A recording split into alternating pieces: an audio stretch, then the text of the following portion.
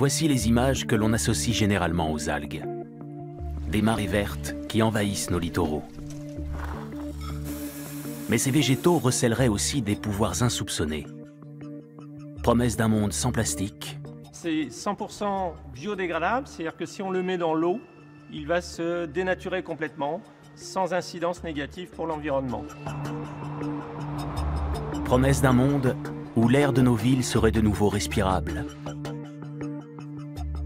Sur une colonne comme celle-ci, dans un environnement urbain, on va avoir des équivalences en arbres de quelques dizaines. Promesse d'un monde où les non-voyants retrouveraient la vue.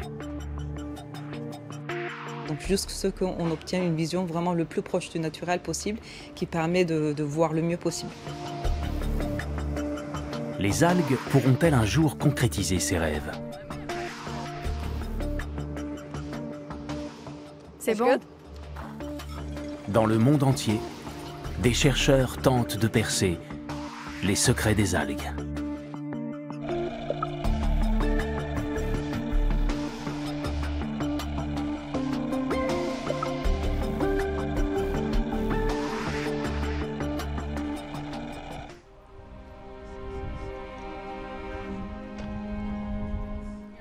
Mi-juin, sur les îles Féroé, un archipel de l'Atlantique Nord. Température de l'air, 10 degrés, à peine plus que celle de l'eau. La biologiste Agnès Mols-Mortensen part avec une équipe pour l'une des grandes fermes aquacoles de saumon de la région. Nous allons prélever des échantillons d'eau afin d'analyser sa valeur nutritionnelle. À 2 mètres de profondeur d'abord, puis à 10 mètres. Avec ses collègues de l'Institut de recherche publique Fiskaling, la biologiste travaille sur un projet unique en son genre. Améliorer les conditions d'élevage des saumons grâce aux algues.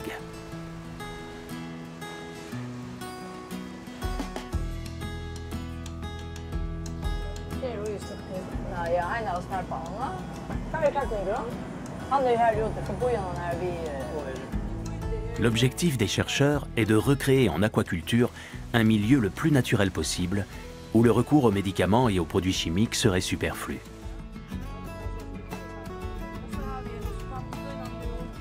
Au printemps, la biologiste a introduit dans ses bassins des algues brunes.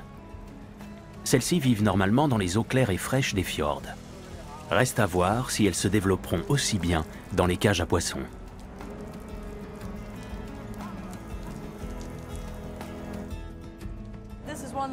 C'est l'une des corps de test que nous gardons ici, loin des poissons. Toutes les cordes vertes que vous voyez là sont similaires. On les transférera un peu plus tard dans les cages où elles serviront d'abri. Cette corde-ci nous sert d'étalon. Nous la mesurons 1 fois par mois.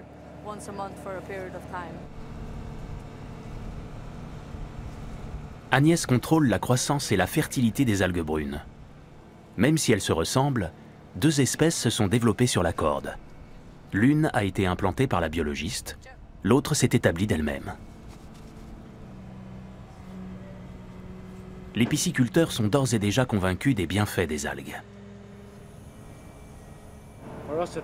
Pour nous, à Edenfjord, ce qui compte, ce sont eux, les lompes. Ces jeunes spécimens sauvages trouvent refuge dans les algues que nous cultivons.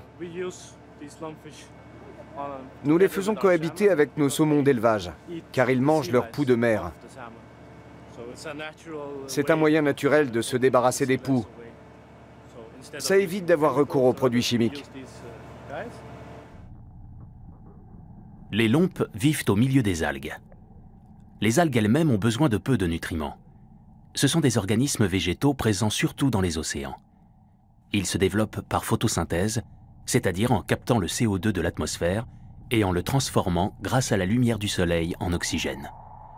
Un processus complexe qui a commencé il y a 3,5 milliards d'années.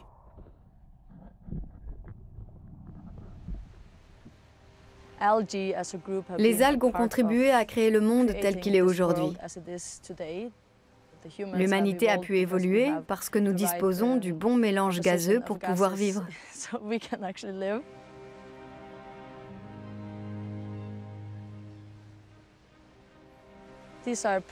Les algues sont des producteurs primaires. Elles se développent sans que nous ayons besoin d'intervenir ou de les nourrir.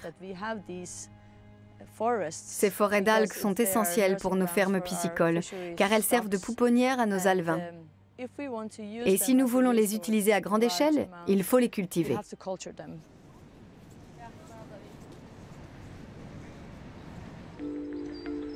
Produire des algues à terre, est-ce possible? À Ottobrunn, près de Munich, les chercheurs de l'Institut des algues de l'Université technique travaillent avec un grand bioréacteur. Le professeur Thomas Bruck cultive ici Nanochloropsis salina, une microalgue qui vit à l'état naturel dans la mer.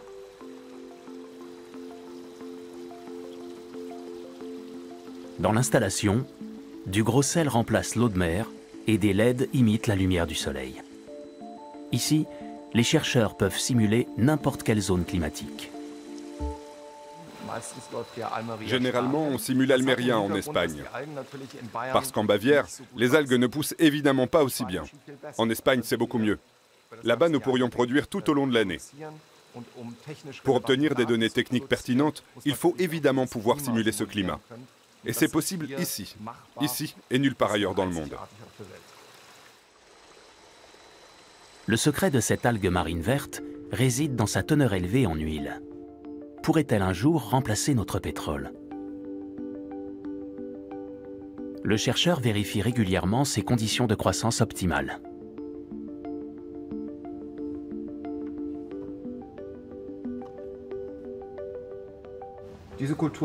Cette culture m'a l'air très bien. Elle se développe parfaitement.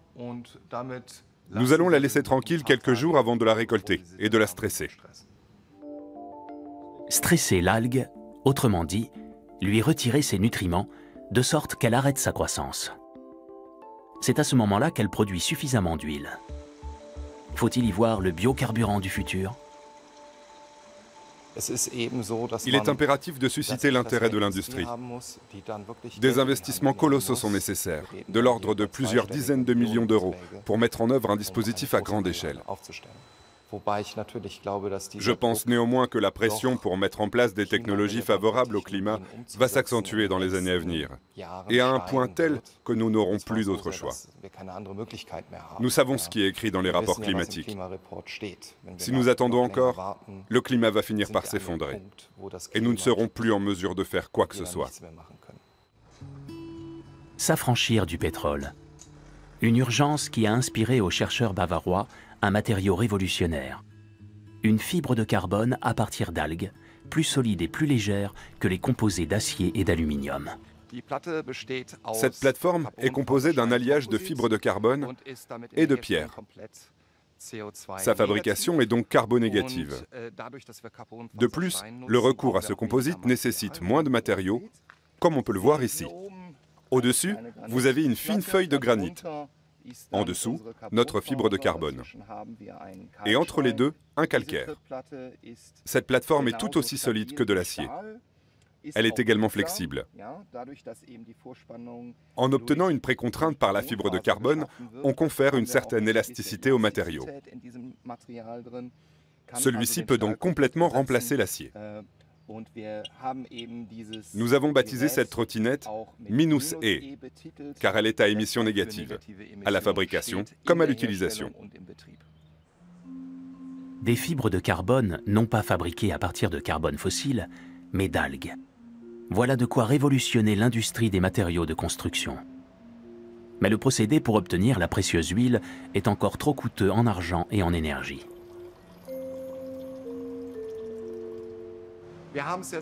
Grâce à une technologie enzymatique, nous avons déjà réussi à craquer les algues. Nous sommes aujourd'hui en mesure d'obtenir une proportion suffisamment élevée d'huile, environ 60%, pour réaliser une séparation spontanée des phases. Une fois la cellule ouverte, nous réalisons une centrifugation de courte durée et ensuite nous pouvons, grâce à la gravitation, pratiquer la séparation des phases. Du point de vue énergétique, c'est un procédé beaucoup plus efficace. Quant à la transformation en carburant, elle est au point depuis maintenant 5 ans. Est-ce qu'on en fera du diesel pour les voitures ou du kérosène pour les avions? La question n'est pas d'actualité.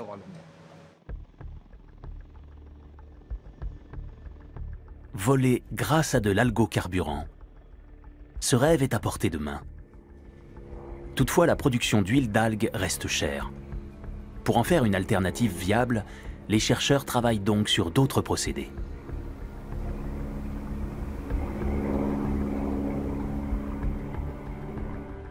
Le lac Hubertus de Köthen, dans la région de Bitterfeld, est célèbre pour son exploitation de lignite du temps de la RDA. Ici aussi, les scientifiques cherchent une alternative aux carburants fossiles. Ici, comme dans de nombreux autres lacs, un film d'algues se dépose chaque été en surface. Des algues bleues qui, en grande concentration, libèrent des substances toxiques et interdisent la baignade. Les chercheurs, eux, sont ravis. À l'école supérieure d'Anhalt, l'un des grands centres de recherche sur les algues en Allemagne, l'équipe du professeur Carola Grill cherche la superalgue.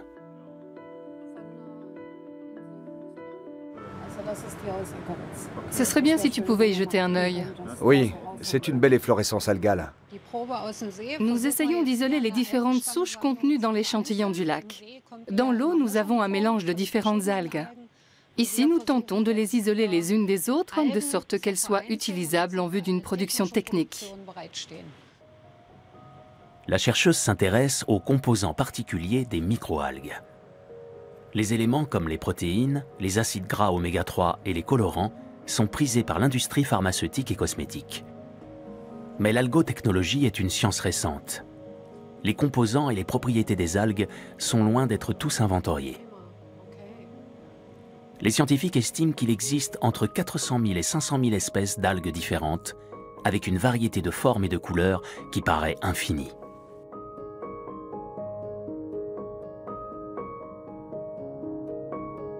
Environ 10% des algues ont été répertoriées jusqu'à présent. Parmi les quelques microalgues utilisées dans l'industrie, seules 4 ou 5 le sont à grande échelle. Or, en plus de leur forme et de leur apparence très variées, chacune possède une composition de principes actifs qui lui est propre.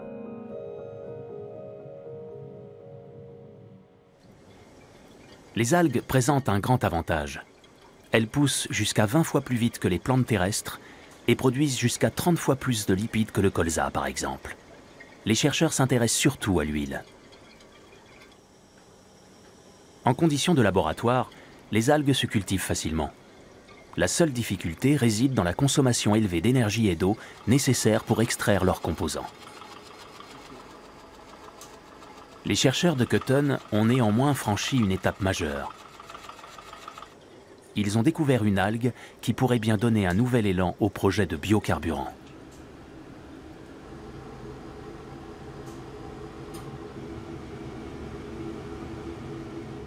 Cette algue rejette elle-même son huile. Il ne reste plus aux chercheurs qu'à la récolter. Nous évitons ainsi plusieurs étapes du traitement et récupérons l'huile en continu au fur et à mesure de la croissance de l'algue. C'est ce qui est particulier. Une sorte de station-service qui fonctionnera peut-être un jour à grande échelle.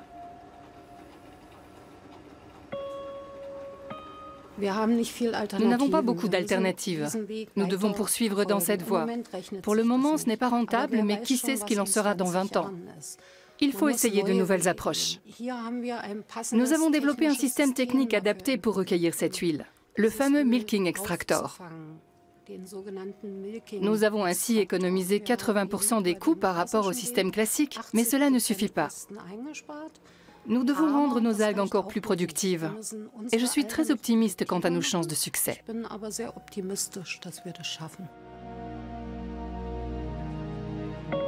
Ressources renouvelables, les algues remplaceront peut-être un jour les combustibles fossiles. Autre pays, autre innovation. En France, une société de biotechnologie exploite l'appétit des algues pour le CO2. Objectif, assainir l'air. À Poissy, à l'ouest de Paris, une tour aux allures de colonne Maurice a été installée. Elle capte 1 tonne de CO2 par an, soit la performance d'une allée d'arbres. La performance en termes de captation de CO2 et de production d'oxygène va dépendre de la quantité de CO2 qui sera disponible dans l'air, donc la quantité de CO2 en excès. Sur une colonne comme celle-ci, dans un environnement urbain, on va avoir des équivalences en arbres de quelques dizaines. Sur des applications industrielles où on va avoir des fumées très concentrées en CO2, là on va pouvoir parler de centaines d'équivalents arbres. Donc, tout dépend de la concentration en CO2 disponible pour faire fonctionner le système. La colonne aspire l'air ambiant et le fait circuler à l'intérieur. Les 1000 litres d'eau contiennent 10 kg de microalgues. Des diodes électroluminescentes assurent pour le moment un éclairage en continu.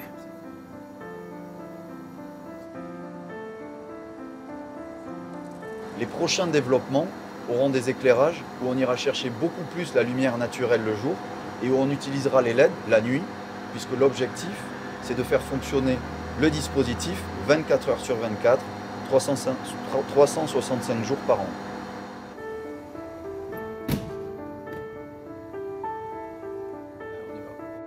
Ce dispositif n'en est encore qu'au stade expérimental. Mais une amélioration de la qualité de l'air a d'ores et déjà été constatée dans cette banlieue parisienne. Sur les îles Féroé, l'air est beaucoup plus respirable. La biologiste Agnès Mols-Mortensen se rend à sa station d'élevage d'algues. Ce conteneur sert de pouponnière à ces algues, destinées à l'alimentation. Hygiène oblige, Agnès enfile une tenue de protection. La jeune femme cultive la laminaire sucrée et le wakame atlantique. Pour elle, ce sont les super aliments du futur. Agnès a longtemps expérimenté les meilleures conditions de développement des spores en ajustant la luminosité et la température. À présent, elle contrôle régulièrement leur croissance. L'objectif est de les déployer en octobre prochain dans notre ferme, qui se trouve dans le fjord. D'ici là, je les maintiens vivantes et en bonne santé.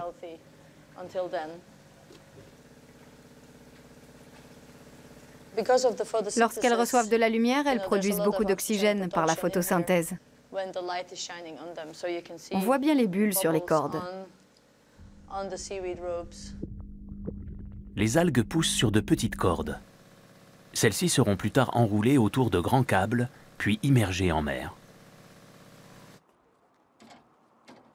La ferme d'Agnès se trouve dans une baie étroite située dans le sud de l'île. La jeune femme espère augmenter bientôt sa production, même si cette année, elle a eu du mal à recruter de la main-d'œuvre pour mettre à la mer les spores en temps voulu.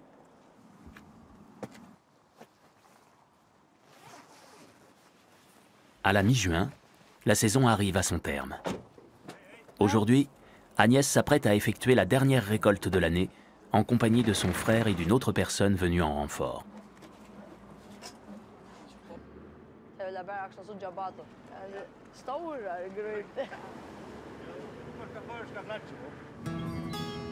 Comme pour les terres agricoles, les fjords sont divisés en parcelles et la concurrence est rude pour en louer une. Les règles sont strictes. Un seul exploitant par baie est autorisé. Si celle-ci avait été occupée par un éleveur de saumon, Agnès n'aurait pas pu s'y établir, même si algues et poissons font bon ménage. Avec son frère aîné, Agnès a fondé en 2007 une entreprise qu'elle a baptisée Tari, ce qui signifie algue en féroïen. Son exploitation n'est qu'à quelques encablures de la côte.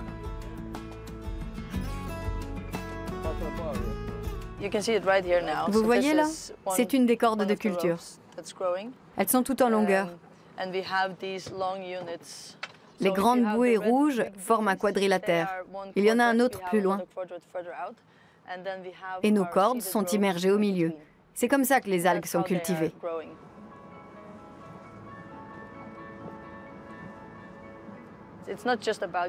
L'objectif n'est pas tant de faire de la quantité que de la qualité, en fonction de l'usage que l'on veut faire des algues. Dans notre cas, elles sont toutes destinées à l'alimentation humaine. La qualité est donc la priorité. Nous apprenons à chaque saison. Je pense que nous avons fait toutes les erreurs possibles et imaginables, mais on progresse. Le petit bateau avec lequel l'équipe récolte normalement les algues étant en panne, quelqu'un doit se dévouer pour aller à l'eau, par 8 degrés. C'est lui qui va y aller. Nous avons 5 cordes de culture au milieu. Il va les détacher les unes après les autres. C'est un chouette endroit pour travailler parce que c'est très près de la côte. Et ce n'est pas trop fatigant.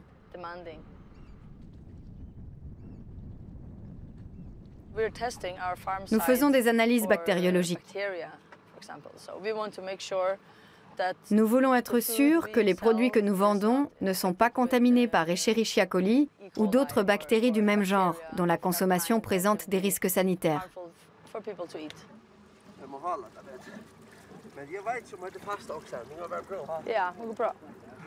Les algues doivent être remontées au plus tard à la mi-juin. Plus la récolte est tardive, plus les algues sont colonisées par des bactéries et par d'autres organismes. Cela ne les rend pas impropres à la consommation, mais elles ne satisfont plus les critères de qualité élevés retenus par Agnès. Je vais en prendre une grande.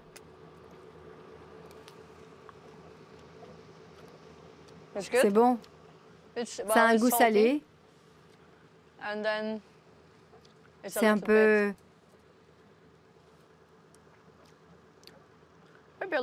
C'est un peu épicé. Et la texture est caoutchouteuse.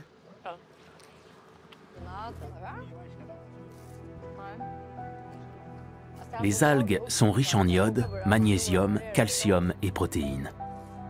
Mais seront-elles à même de répondre à l'augmentation de la demande alimentaire mondiale?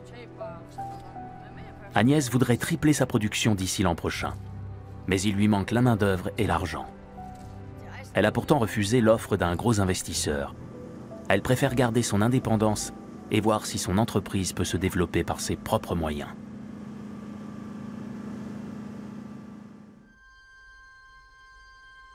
Les macro-algues sont dotées d'une grande capacité d'adaptation et se développent beaucoup plus vite que les plantes terrestres. C'est surtout vrai lorsqu'il fait chaud et qu'elles disposent de nombreux nutriments, comme ici sur les côtes bretonnes. Ces algues vertes sont inoffensives en soi, mais une fois rejetées à terre, elles produisent en se décomposant de l'hydrogène sulfuré très toxique. Mais comment expliquer une telle prolifération dans ces zones côtières? On voit ici 2 baies, la baie de l'Auquirec où nous sommes et la baie de Saint-Michel. Et on voit la particularité, ce sont des parties de côte qui entourent la mer. Et donc l'eau, la mer, quand elle monte et quand elle descend, eh bien c'est la même eau qui monte et qui descend, ici et là. Les rivières apportent les nitrates dans la mer. Vous en avez une ici et vous en avez 2 là. Et donc les algues vont pouvoir profiter de ces nitrates dans des milieux naturels fermés. Et donc il y a peu d'échanges d'eau, l'eau est claire, elle n'est pas profonde, et donc les algues vont pouvoir prendre le nitrate qui sera arrivé là, qui ne sera pas dispersé, dans cette baie-là comme dans celle-là. Et en pourrissant, elles vont provoquer de l'hydrogène sulfuré, qui est un toxique violent. Les taux élevés de nitrate dans l'eau, dus à l'épandage d'engrais, sont connus depuis longtemps. Ce sont surtout les grandes exploitations à l'intérieur des terres, plus que les petites fermes le long des côtes, qui sont responsables de ce fléau. Ces marées vertes ne sont donc pas une fatalité. Ramasser les algues échouées est particulièrement risqué. En 2009, Thierry Morfois, employé communal, est décédé après avoir ramassé des algues vertes sur la plage. Thierry Morfois est mort d'un accident du travail, intoxiqué par les marées vertes. Et je dis qu'en 2019, avec les conditions qu'il y a actuellement, on ne peut pas exclure qu'il y ait encore un accident. On ne peut plus les ramasser. Et même en les ramassant, vous ne les empêcherez pas de pourrir. Dans les estuaires comme ici, c'est impossible de les ramasser. Yves-Marie Lelay inspecte régulièrement le littoral concerné. Dans l'air flotte une odeur âcre d'œufs pourris. Le gaz toxique se tapit sous l'épaisse croûte blanchâtre d'algues desséchées. Soudain libéré, Ils représentent un risque mortel pour les hommes et les animaux. Le militant écologiste mesure sans relâche les concentrations d'hydrogène sulfuré.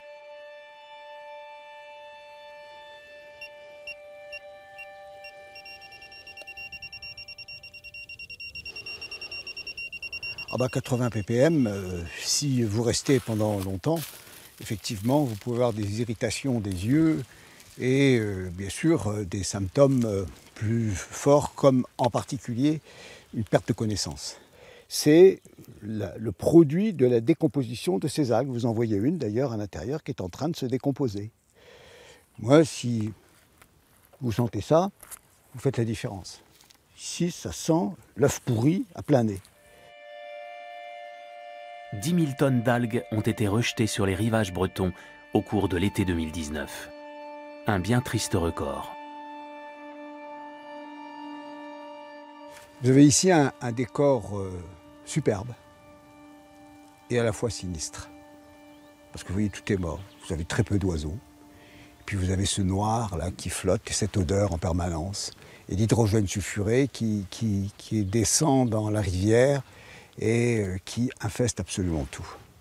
Pour moi, c'est terrible parce que j'ai connu ces paysages sans marée verte, sans destruction massive de la biodiversité. Ce paysage-là devrait être plein d'oiseaux.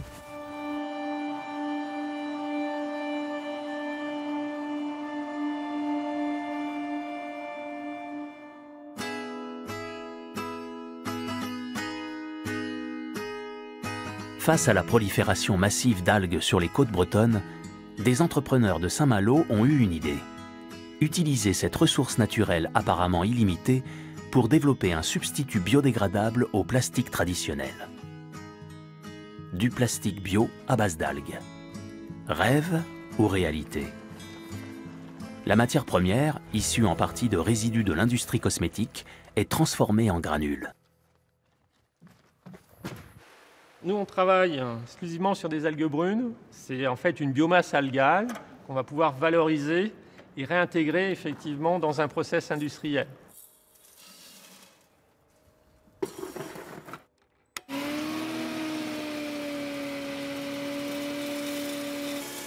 Une fois déshydratées, les algues sont transformées en granules, réduites en poudre ultra fine et enfin pressées selon la forme désirée. Les fondateurs ont travaillé plusieurs années avant de trouver la bonne composition. Leur objectif, fournir un matériau qui soit une alternative viable au plastique issu du pétrole. Les applications sont multiples et ne concernent pas seulement le secteur de l'emballage.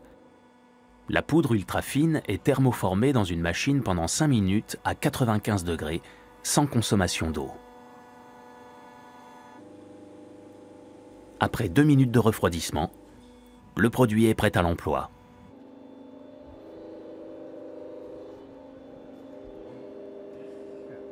Un bioplastique 100% algues qui résiste à tout, sauf à l'eau.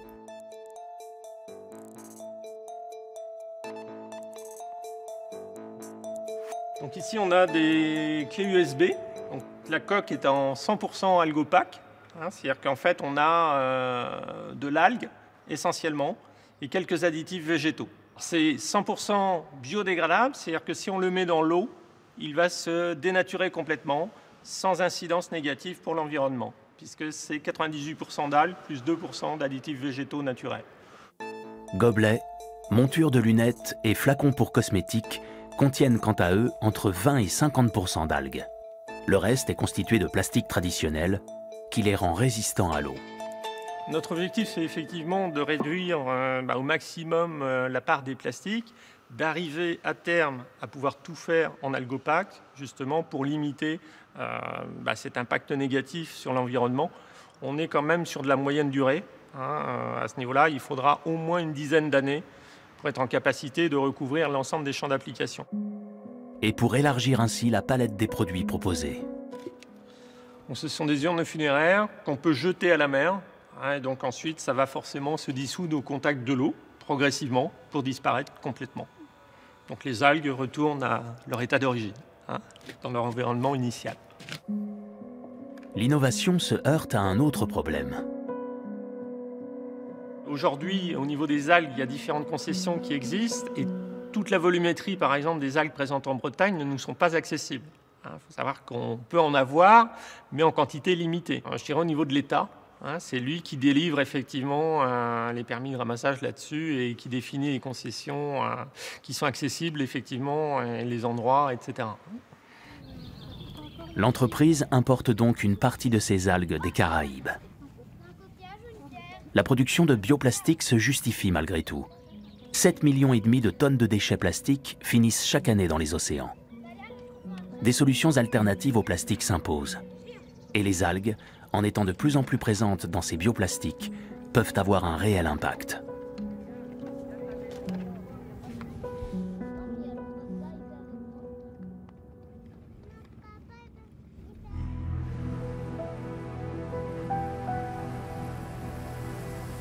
Retour sur les îles Féroé. Agnès ne manque pas d'idées ni d'imagination pour partager son intérêt vis-à-vis des algues. Aujourd'hui, elle veut montrer à un groupe d'étudiants américains ce que pourrait être l'alimentation du futur. Elle leur a préparé une petite balade du côté du fjord. Bonjour. Bienvenue. Vous avez apporté le soleil avec vous. Il se faisait rare. Alors, combien êtes-vous? Ça, c'est une petite algue qui pousse sur les galets. Sa récolte est facile, on peut travailler assis. En revanche, il faudra être prudent quand on marchera sur les gros rochers. En descendant vers la mer, vous verrez qu'ils changent de couleur et qu'ils deviennent plus foncés. C'est là qu'ils sont glissants.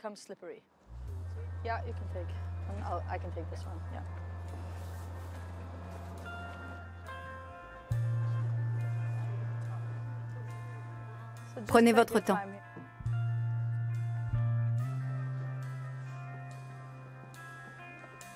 « 500 espèces d'algues sont déjà consommées dans le monde. Mais ce qui est commun en Asie n'est pas encore entré dans les mœurs sur les îles Féroé. Ici, les algues alimentaires n'ont pas bonne réputation. Agnès veut changer la donne.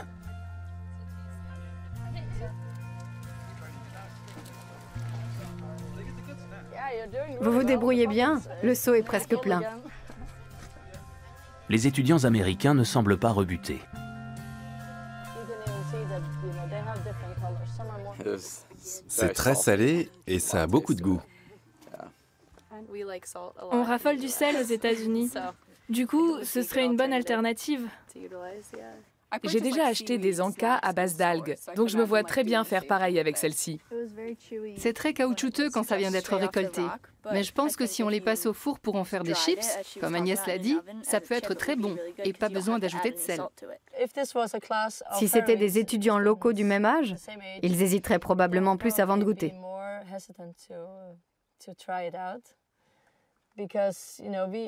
Dans notre culture, nous consommons beaucoup de produits de la mer, mais nous privilégions surtout le poisson.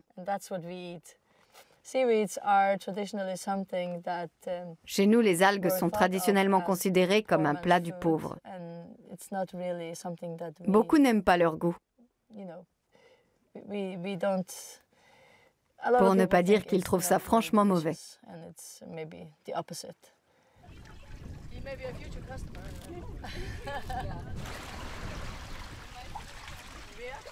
Pour se développer correctement, les algues ont besoin d'un substrat rocheux. Voici une autre espèce délicieuse. C'est la prochaine que nous cultiverons. Il y a aussi celle-ci. Bon, je vais essayer de ne pas tomber. Je n'arrive pas à la détacher. Vous la voyez? C'est Laminaria digitata, la laminaire digitée. Elle est très intéressante. Peut-être pas tant comme espèce comestible, mais pour des applications industrielles, parce qu'elle contient de nombreux composés bioactifs. Je n'aime pas trop son goût, qui est un peu métallique. Évidemment, si quelqu'un veut l'acheter pour la manger, pas de problème, elle est comestible. Mais j'envisage plutôt une utilisation industrielle.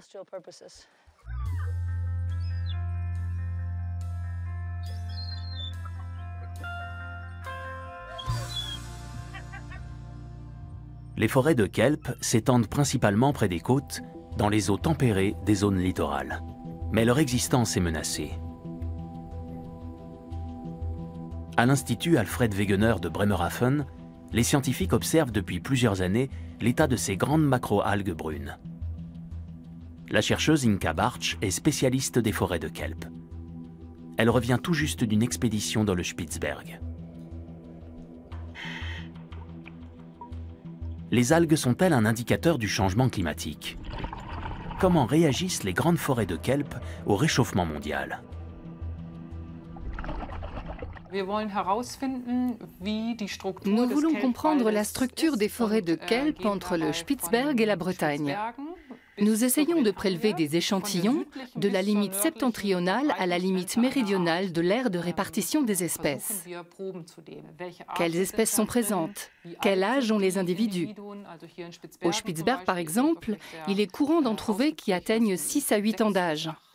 Plus au sud, en revanche, comme à Heligoland, où nous avons réalisé l'an dernier une analyse similaire, la même espèce sera âgée de seulement 2 à 3 ans. Les forêts de kelp sont à la mer ce que les forêts d'arbres sont à la terre. Elles produisent tout autant d'oxygène que ces dernières et sont surtout des sentinelles de la biodiversité. En effet, elles offrent un espace vital à de nombreuses autres espèces, comme ici, en mer du Nord.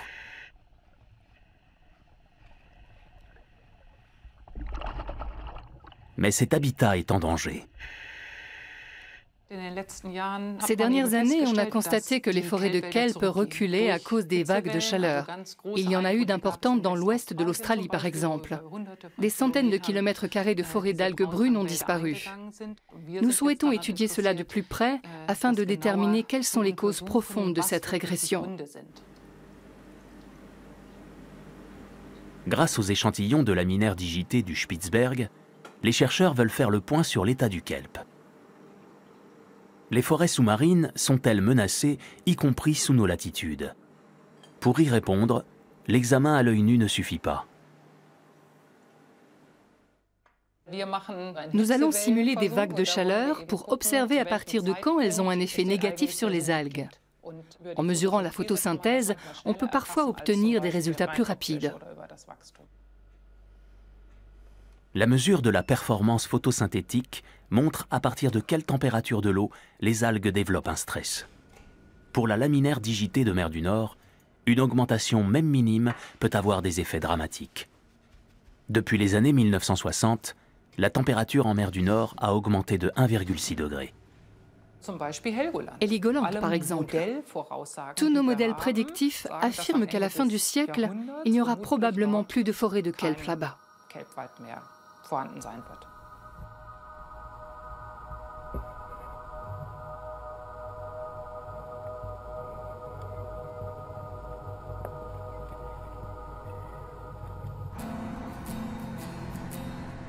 Sur les îles Féroé, les forêts de kelp sont encore en bon état. Agnès Mols-Mortensen sait à quel point ce milieu sous-marin est fragile. C'est aussi pour cela qu'elle privilégie la culture des algues. La jeune femme est en route pour déposer sa récolte du matin dans l'entrepôt qu'elle loue, dans une pêcherie. C'est très important de transformer ce que nous venons de récolter dans la foulée. Un jour ensoleillé comme aujourd'hui, on ne pourrait pas laisser les algues en plein air, elles se mettraient tout de suite à pourrir. Agnès doit faire vite. Mais avant de pouvoir transformer les algues, elle doit d'abord les sécher.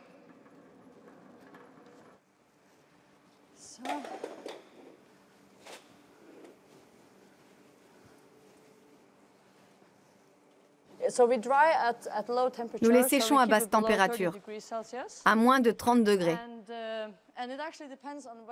La durée nécessaire dépend de la météo. S'il fait humide dehors, cela prend un peu plus de temps. Aujourd'hui, nous sommes lundi. Ce sera sec d'ici mercredi, je pense. Il faut vraiment que ce soit sec parce qu'ensuite, nous les réduisons en poudre. Ici, les algues fraîches ne trouveraient pas preneur. C'est pourquoi Agnès les commercialise sous forme séchée, ce qui permet de les conserver. Le travail de transformation est entièrement manuel. Agnès aimerait bien changer cela, mais elle souhaite aussi rester indépendante. Entre idéalisme et rentabilité financière, la jeune femme cherche encore le juste milieu. Agnès a encore besoin d'une bonne assise économique. En tant que biologiste, soucieuse du maintien des écosystèmes et de la durabilité, elle redoute le passage à une échelle industrielle. Une seule certitude, les algues sont une composante essentielle d'une alimentation saine. 20 grammes 6, le consommateur a toujours droit à un peu de rab. Nous faisons face à une augmentation de nos ventes. Il nous faudrait un peu plus de main-d'œuvre. Nous allons devoir passer à la vitesse supérieure.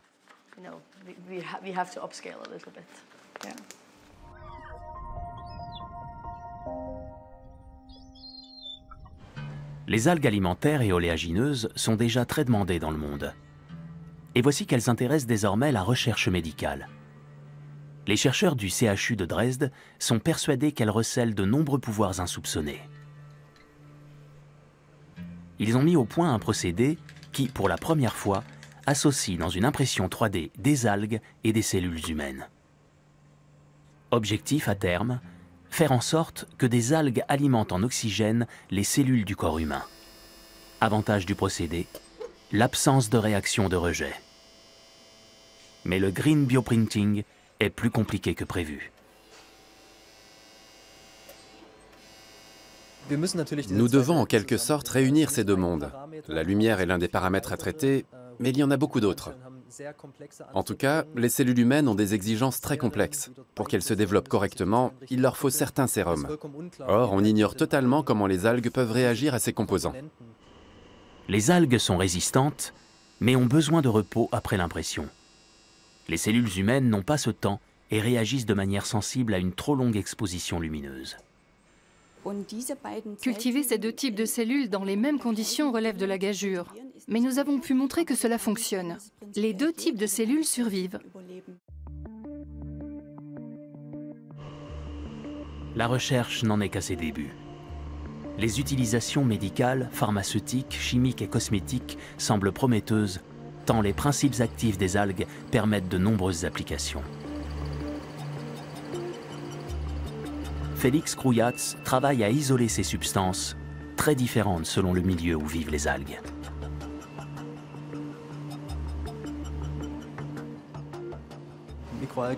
Les microalgues sont présentes partout et se sont adaptées à des conditions spécifiques, notamment en ce qui concerne leur pigmentation. On peut donc tirer de ces cellules des pigments extrêmement différents.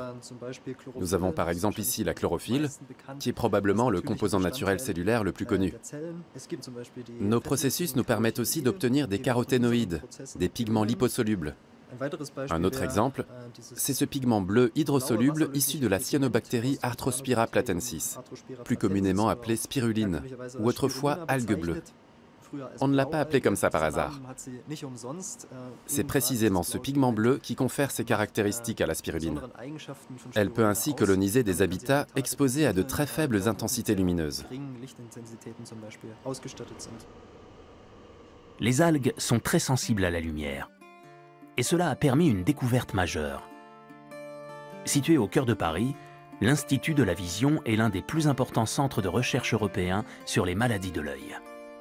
Dirigé par le professeur José-Alain Sahel, cet institut tente de redonner la vue à des non-voyants. Alors, les patients qui rentrent dans ces essais cliniques sont des patients qui sont à des stades très avancés de la maladie et souvent depuis longtemps.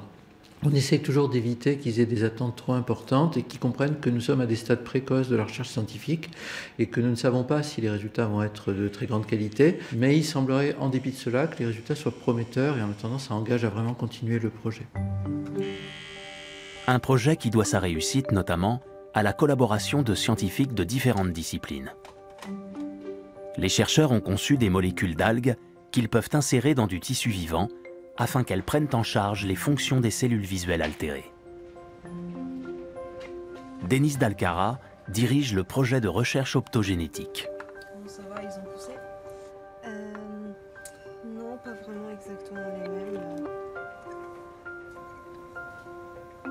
J'ai essayé de piquer. Ce que nous faisons, c'est de prendre la séquence d'ADN qui code la fameuse channel rhodopsine, donc cette protéine sensible à la lumière qui va peut-être nous permettre de restaurer une vision.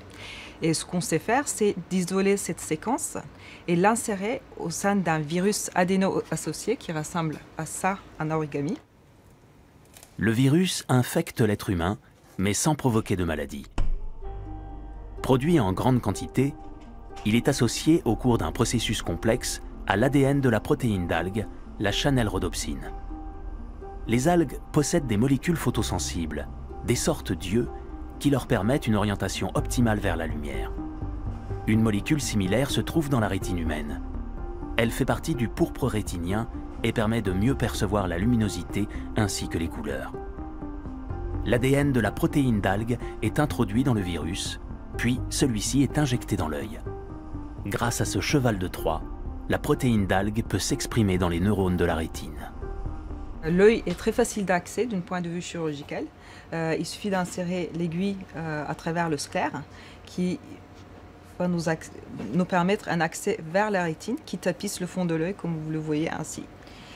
Et donc du coup, lorsqu'on insère une aiguille là-dedans, on va pouvoir injecter le virus dans le corps vitré.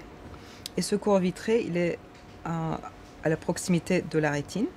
Et le virus, il va petit à petit diffuser et aller infecter ces cellules qui se trouvent au fond de l'œil. Et après, une fois que l'ADN est dans le noyau de chacune de ces cellules, elles vont commencer à petit fabriquer l'ARN et ensuite la protéine channel rhodopsine et l'incorporer dans leur membrane.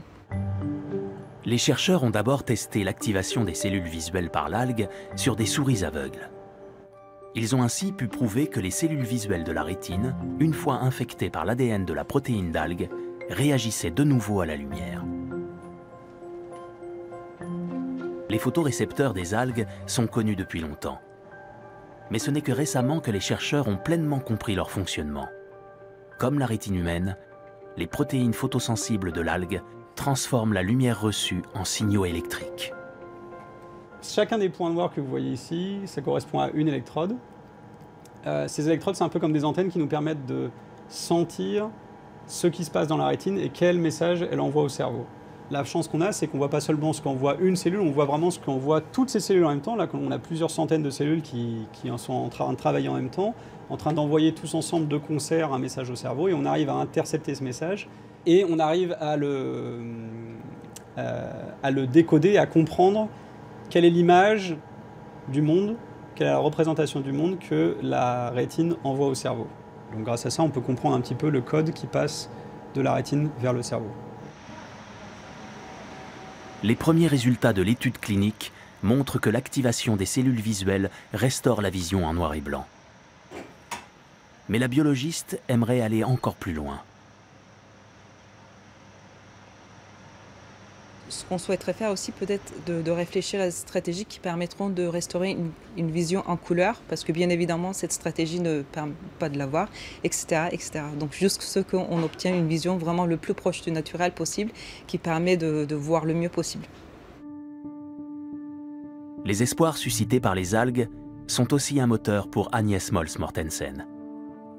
La jeune femme habite avec son mari et ses 2 enfants dans un petit village au bord d'une des baies typiques des îles Féroé. Pour le repas du soir, elle a préparé une soupe de poisson relevée comme il se doit d'une pointe d'algue.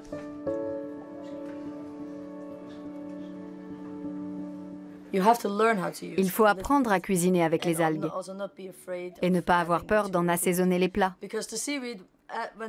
Le goût des algues ne prend pas le dessus sur celui des autres aliments. Votre plat n'aura pas un goût d'algues. Les autres saveurs ne s'effaceront pas. Au contraire, les algues font ressortir les saveurs.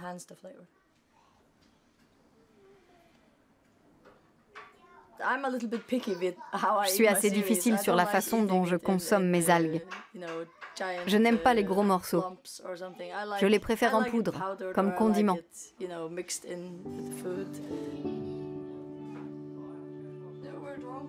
Des algues au menu.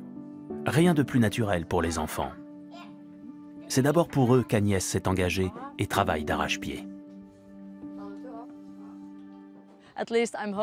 J'espère qu'ils se rendront compte un jour de la valeur de notre travail et qu'ils comprendront qu'on doit traiter la nature avec ménagement et non pas la solliciter à outrance pour ne pas la déséquilibrer. J'espère, enfin, je suis sûre qu'ils finiront par comprendre pourquoi j'y consacre autant de temps. Je te remets un peu d'algues ?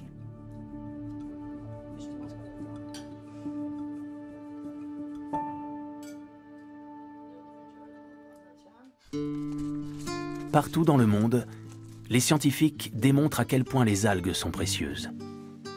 Mais la recherche aura encore besoin de temps, de persévérance et d'investissement.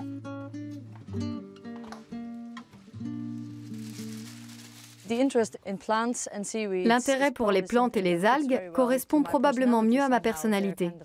Elles sont calmes, elles accomplissent des tas de choses, mais sans trop bouger.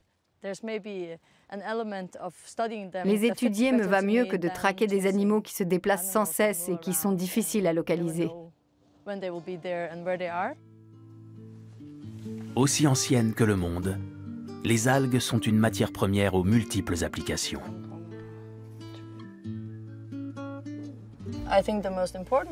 Le principal avantage de la culture des algues, c'est qu'il s'agit d'une activité durable. C'est donc une très bonne idée.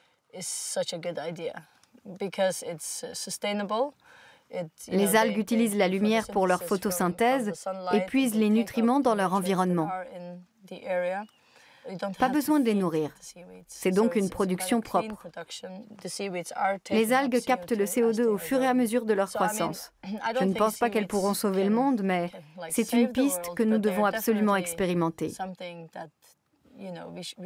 Il faut développer le secteur et inciter les habitants de nos pays à en consommer. Alimentation, transport, emballage, médecine. Les pouvoirs des algues, aussi étonnants que variés, portent en eux bien des promesses.